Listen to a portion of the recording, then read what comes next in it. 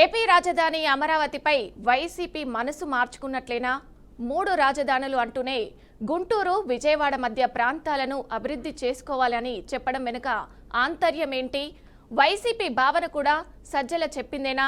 ఇటీవల ఆ పార్టీ నేత సజ్జల చేసిన వ్యాఖ్యలు చర్చనీయాంశంగా మారాయి, పలు అనుమానాలకు తావిస్తున్నాయి. ఇక ఇదే అంశానికి సంబంధించి పూర్తి విశ్లేషణ మా మేనేజింగ్ డైరెక్టర్ రాజేంద్ర అందిస్తారు. Thank you. జగన్ అమరావతి నుంచే పరిపాలన చేస్తారా? రేపు రాబోయే రోజుల్లో గెలిస్తే, అధికారంలోకి వస్తే, అధికారంలోకి వచ్చినట్టుగా పార్టీ భావిస్తుంది కాబట్టి వాళ్ళకు ఒక ప్రణాళిక ఉంటుంది. ఇవాళ జగన్మోహన్ రెడ్డి కొత్తగా మరొక పాట ఎందుకు పాడుతున్నారు? 3 రాజధానులు అన్నటువంటి మాట మర్చిపోయారా? లేకపోతే అటకెక్కించారా? దాన్ని మార్చుకున్నారా? కొంత రిలీజ్ అయ్యారా? దానివల్ల నష్టమని ఎన్నికల ఫలితాలు చూసిన తర్వాత భావించారా? ఈ మొత్తం గమనించినప్పుడు ఇవాళ జగన్మోహన్ రెడ్డి గెలిస్తే, అధికారంలోకి వస్తే అమరావతి నుంచే పాలనట చెప్పింది ఎవరు?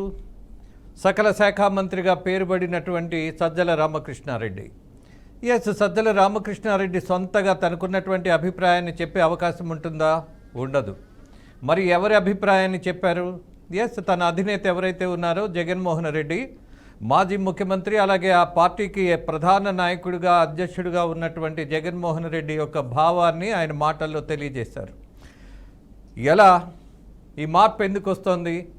3 రాజధానులు ముచ్చట ఎందుకని మర్చిపోతున్నారు? దాన్ని ఎందుకు మార్చుకుంటున్నారు? అంటే గతంలో చేసింది తప్ప దాన్ని రియలైజ్ అయ్యారా? అలాగే ఇవాళ ఉన్నటువంటి రాజధాని నగర నిర్మాణంలో ప్రభుత్వం చేస్తున్నటువంటి అప్పు మీద వ్యతిరేకమా? లేక ఈయన రాజధాని నగరం కాదు మహానగరాన్ని నిర్మిస్తున్నారు అన్నటువంటి అభిప్రాయమే నిజమా? దాంతోపాటు 44 ఎకరాలు కొత్తగా మళ్ళీ భూసేకరణ చేయబోతున్నటువంటి ప్రభుత్వ ఆలోచనను తప్పుపడుతూ, దానివల్ల వస్తున్నటువంటి ఇబ్బందులను కూడా ఎత్తి చూపిస్తూ, అలాగే ఈ రాజధాని నగర నిర్మాణం అనేది రాజధాని నగర నిర్మాణంగా చేస్తే తప్పులేదు, కానీ మహానగరంగా లక్షల కోట్ల అప్పు చేస్తే రేపు రాబోయే తరానికి మనం ఇచ్చేది, పంచేది అప్పే కదా అన్నటువంటి అభిప్రాయంతో ఇవాళ వైసీపీ మాట్లాడుతోందా? మొత్తం మీద ఇవాళ రాజకీయం గమనించినప్పుడు ఏదో ఒక మార్పు, ఏదో ఒక సంచలనం, ఏదో ఒక రియలైజేషన్, అంటే తీసుకున్నటువంటి నిర్ణయాలలో మార్పు ఇవాళ కోరుకుంటున్నటువంటి పార్టీగా వైసీపీ ధోరణిని మనం భావించవచ్చా అని అంటే మేబీ. ప్రతిపక్షంలో ఉన్నప్పుడు ఇవాళ రియలైజేషన్ వచ్చినప్పుడు, ఓడిపోయిన తర్వాత కొన్ని సత్యాలు గ్రహించినప్పుడు ఖచ్చితంగా కొంత మార్పు ఉండటం అనేది సహజమే. దాన్ని పెద్ద తప్పు పట్టాల్సిన అవసరం లేదు. కానీ 3 రాజధానుల మీద మాకు తిరిగే లేనటువంటి ఆలోచన మాది, నిర్ణయం మాది అన్నటువంటి నాయకులు మరి ఇవాళ ఏ నేపథ్యం కొద్దీ 3 రాజధానుల యొక్క నిర్ణయాన్ని మార్చుకుంటున్నారు? దానికి ఒక కారణం చెప్తున్నారు. 3 రాజధానుల నగర నిర్మాణం ప్రజలకు భారం కాదు, అమరావతి నిర్మాణమే మనం ఫోకస్ చేస్తే, అమరావతి రాజధానిగానే మనము సెంట్రిక్గా పాలన చేయటం, అలాగే పెట్టుబడులు పెట్టడం, దీనివల్ల వచ్చేటటువంటి ఆర్థిక భారం ఇవాళ ఉన్నటువంటి బలహీనమైనటువంటి పరిస్థితుల్లో ఆర్థికమైనటువంటి భారాన్ని తీసుకోగలిగేటటువంటి దశ ఆంధ్రప్రదేశ్ ప్రభుత్వానికి లేదు. కాబట్టి 3 రాజధానులు అనేది ఒక ఎజెండాగా వెళ్ళాము అన్నారు. అలాంటి వివరణ ఇచ్చే ప్రయత్నం చేస్తున్నారు. ఇవాళ అమరావతిలో కూర్చొని మాత్రమే పాలన చేస్తున్నాము అన్నటువంటి నిర్ణయం తీసుకుంటే, రేపు రాబోయే రోజుల్లో అదే అవకాశం ఈ పార్టీకి దక్కితే మరి ముప్పు ప్రాంతం అన్నారు కదా. ఇప్పటికీ వైసీపీ పార్టీ నాయకులు మాట్లాడుతున్నది ఇది అమరావతి కాదు, కమరావతి అని మళ్ళీ కులం పేరుతోనే, ఇలాంటి ఒక సంకుచిత భావంతోనే వ్యాఖ్యలు చేస్తున్నప్పుడు ఈ చెప్పే దాంట్లో సత్యం ఎక్కడ? నిజానికి అమరావతి మొత్తం కమ్మవాళ్ళు ఉన్నారా? అది కమరావతి అనడం భావ్యమా? దీనికి మరి క్షమాపణ చెప్పాల్సిన పరిస్థితి ఉంది కదా రియలైజ్ అయినప్పుడు. ఇది కమ్మ కులానికి సంబంధించినటువంటి రియల్ ఎస్టేట్ వ్యాపారం అని ఇప్పటికీ మాట్లాడుతున్నటువంటి వాళ్ళని మరి ఖండించాలి కదా. ఒక కులం బేస్ చేసుకొని ఆ కులాన్ని టార్గెట్ చేసి నష్టపోయింది ఇవాళ తెలుసుకున్నటువంటి పరిస్థితిగా మనం భావించవచ్చా? పదే పదే ఒక కమ్మ కులాన్ని ఎందుకు టార్గెట్ చేస్తున్నారు? చేయాల్సిన అవసరం ఏంటి? ఆ అవసరం లేదు అని నిరూపించుకోవాల్సిన పరిస్థితి వైసీపీ పార్టీకి ఉంది కదా, ఖచ్చితంగా ఉంది.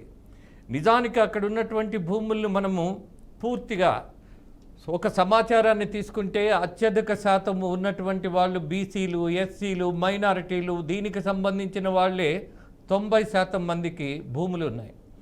90% మంది భూములు ఏవైతే ఉన్నాయో అవే ఇవాళ అమరావతి నగర నిర్మాణానికి నిలబడ్డాయి. ఈ 10% మీరు చెప్తున్నటువంటి కులానికి సంబంధించిన వాళ్ళు కూడా ఉంటారు, వాళ్ళు సమాజంలో భాగం, మీ శత్రువులు కాదు. అలాగే వేరే దేశాల నుంచి వచ్చి ఇక్కడ సెటిల్ అయిన వాళ్ళు కాదు. కమ్మ సామాజిక వర్గానికి సంబంధించినటువంటి ద్వేషం ఉంటే మీరు బయట చూసుకోవాలి. బట్ ఇవాళ ఉన్నటువంటి రాజకీయంలో పదే పదే ఆ మాట మాట్లాడుతున్నప్పుడు ఖచ్చితంగా ఇవాళ వైసీపీలో మార్పు రావాలి అని వాళ్ళు భావించటం రాష్ట్రానికి మంచిదే. నిజంగా వాళ్ళు మారితే మాత్రం రాష్ట్రానికి మంచిదే, ఇద్దరికీ మంచిదే అన్నటువంటి విషయాన్ని పార్టీ గ్రహిస్తే ఆ పార్టీ ఎదుగుదలకి అవకాశం ఉంటుంది.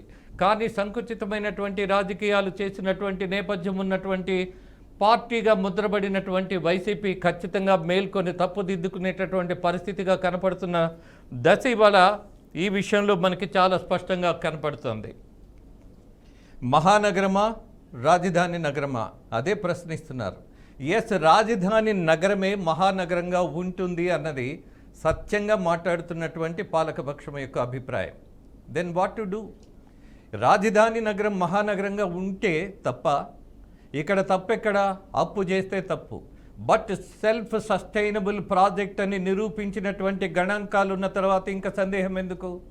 అప్పు తెచ్చినా సరే అప్పు తీర్చగలిగేటటువంటి సోర్స్ ఉన్నటువంటి పరిస్థితుల్లో అద్భుతమైనటువంటి రాజధాని నగర నిర్మాణం ఆంధ్రప్రదేశ్కు ఉండటం అనేది దేశ ప్రధాని దగ్గర నుంచి, అలాగే ఆంధ్రప్రదేశ్లోనే కాదు ప్రపంచంలో ఉన్న ప్రతి తెలుగువాడు మద్దతిస్తున్నటువంటి నేపథ్యాన్ని మనం గుర్తించాలి అన్నటువంటి పరిస్థితి వాళ్ళ కనపడుతుంది. That the reason. Maybe realise అయ్యారా, అయినట్టుగా పార్టీ నాయకులు, వైసీపీ పార్టీ నాయకులు ప్రవర్తిస్తున్నారా అనేది చూద్దాం. Yes. Okay, right. Thank you Rajendra గారు.